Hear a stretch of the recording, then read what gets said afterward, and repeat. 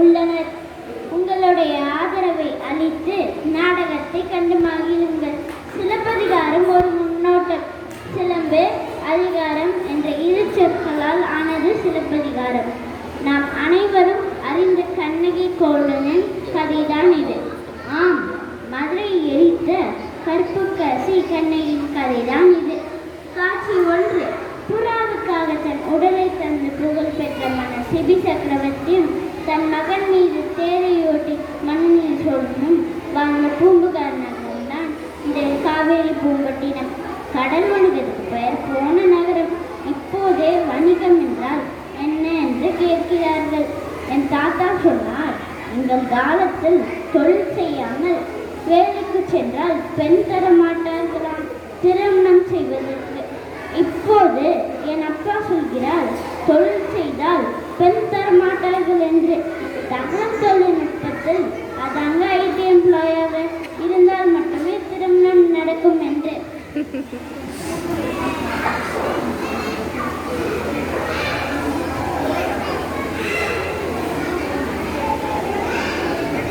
இப்போது புரிகிறது பல பேருக்கு ஏன் இன்னும் திருமணமாகவில்லை என்று. இன்னும் எங்கள் காலத்தில் உன்னிடம் ரோபோ இல்லை என்று திருமணமாகாமல் கூட இருக்கலாம். ஐயோ, இன்னும் என்னென்ன இன்னல்கள் வரக்கூடுமோ கடவுளை. சரி, போகட்டும். இப்போது பூம்புகார் நகரத்தில் பெரும் வணிகர்களின் கம்பீரமான அறிமுகம்.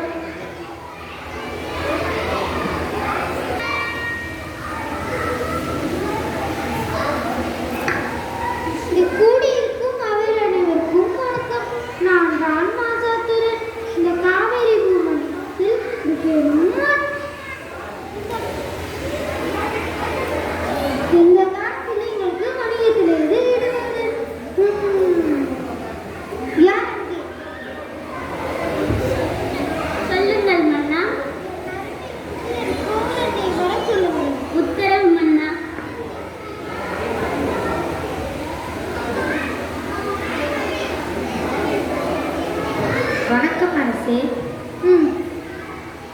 இங்கு கூடியிருக்கும் அவையோர் அனைவருக்கும் வணக்கம். நான் தான் கோவலன். கனை உணர்வும் வந்தோரை வாழ வைக்கும் பண்பும் உடையவன் நான். அரசே, நாங்கள் அழைத்ததற்கான காரணம் என்ன? என் நெருங்கிய உரையரான மாணகன் மகள் கண்ணகியோருக்கு மனம் முடிக்க செய்துள்ளது. உன்னுடைய பிறந்தவோ? தாங்கள் எடுக்கும் முடிவே எனக்கு சம்மதம். அப்படியே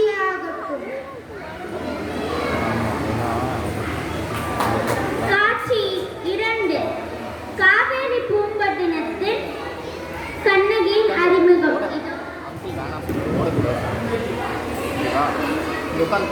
காவேரிப்பட்டினத்தில் தலை சிறந்த கடல் வணிகர் மன்னகன் வருகிறார் வருகிறார் வருகிறார்.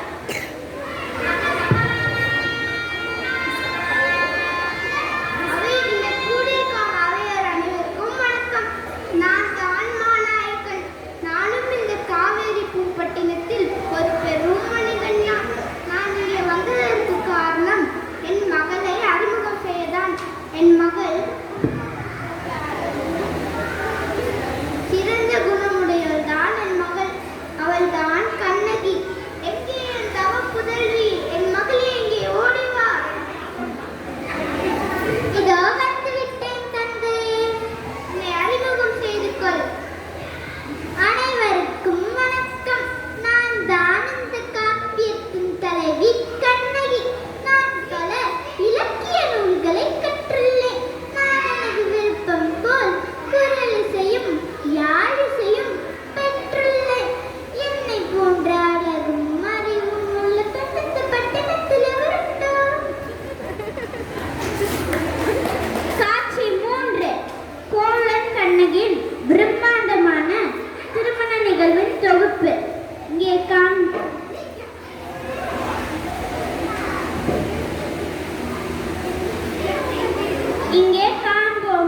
வணிகர்கள் வழக்கப்படி வணிக மகளில் சிலர் யானை மீது அமர்ந்து வீடு வீடாக சென்று திருமண செய்தியை பரப்பினர்.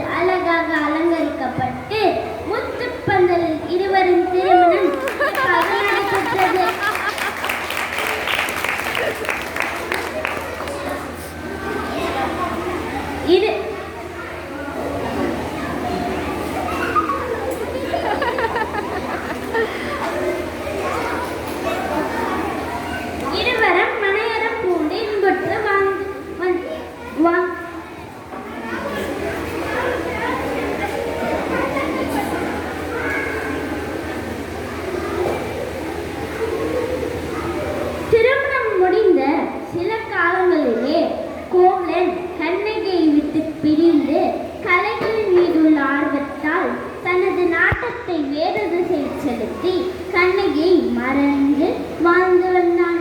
அதுவரை கண்ணகி கோவலனை நினைத்து வருத்தி உடல் மெலித்து காணப்பெற்றாள். காட்சி 4. கண்ணகியின் அரண்மனையில் கோவலனுக்கும் கண்ணகிக்கும் நடக்கும் காட்சி இதோ இங்கே.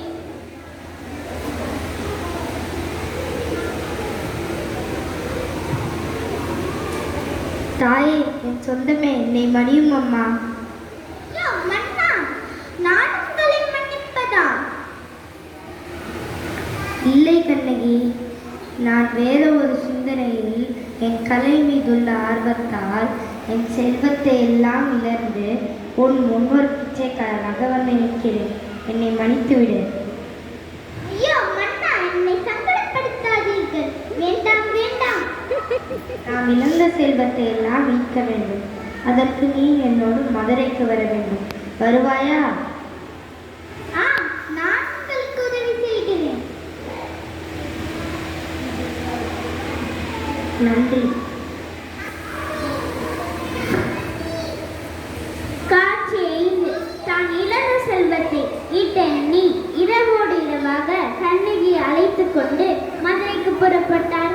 இவர்களை கவுந்தியர்கள் என்ற துறவி தன்னுடன் கூட்டிச் சென்றார். பல இன்னல்களுக்கு பிறகு மதுரையை சென்றடைந்தனர். பின் மதுரையில் உள்ள ஆயர்குல பெண்மணியான மாதரியிடம் அழைத்து சென்றார். அந்த காட்சியை இங்கே காண்போம்.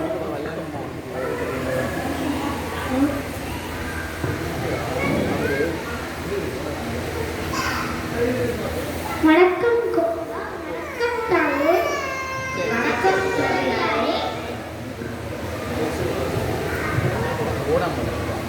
தாங்கள் விடுவிடும் மதுரைக்கு செல்வதாக கேள்விப்பட்டேன். மாதிரி மூதாட்டியிடம் உங்களை கூட்டிச் செல்கிறேன். வாழ்க்கையிடம். வணக்கம் தாயே. வணக்கம் பாட்டி. வாருங்கள். நீங்கள் தான் காவேரி பூம்பட்டினத்தில் பெரும் வணிகர்களுடைய செல்வங்களோ? ஆம் பாட்டி. உங்கள் பணிப்பெண்ணாக என் மகள் ஐயையை அனுப்பி வைக்கிறேன். நீங்கள் இங்கு எவ்வளவு காலம் வேண்டுமானாலும் தங்கிக் கொள்ளலாம். நன்றி பாட்டி. அப்படியா?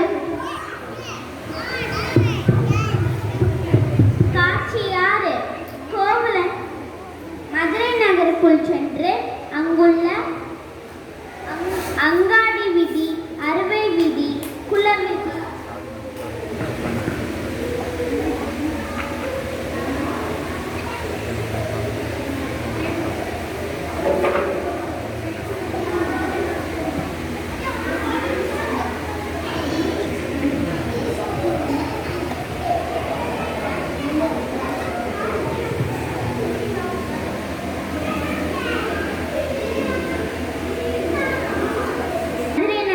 சென்று அங்குள்ள அங்காடி வீதி, அறுவை வீதி, கூலவெல்தி, ரத்ன கடை தெரு ஆகிய பல விதிகள் வழியாக சென்று இறுதியில் மன்னருடைய பொற்கொல்லனை சந்தித்தான். அந்த காட்சி இதோ இங்கே ஒரு கற்பனையில். வணக்கம். வணக்கம். நான் தான் கோவலன். இது என் மனைவியின் கால் சிலம்பு.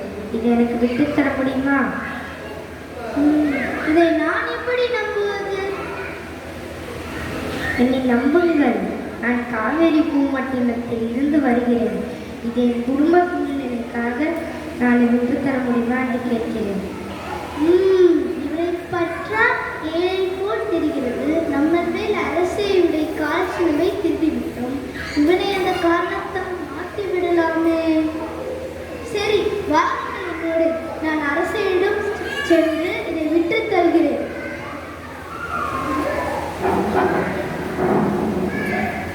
காட்சி 7. பாண்டிய மன்னரின் அரண்மனையில் கோவலனுக்கு அளிக்கப்பட்ட தண்டனையின் ஒரு பார்வை இங்கே காணலாம். வணக்கம் அரசே. வணக்கம். யார் நீங்கள்?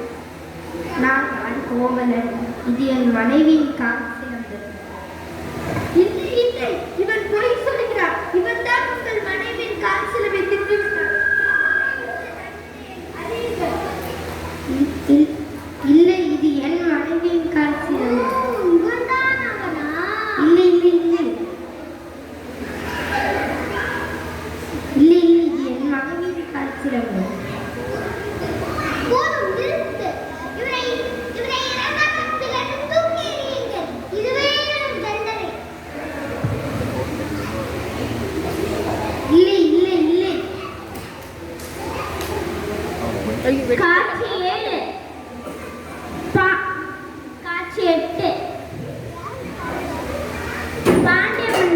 பாண்டிய மன்னர் கோவலன்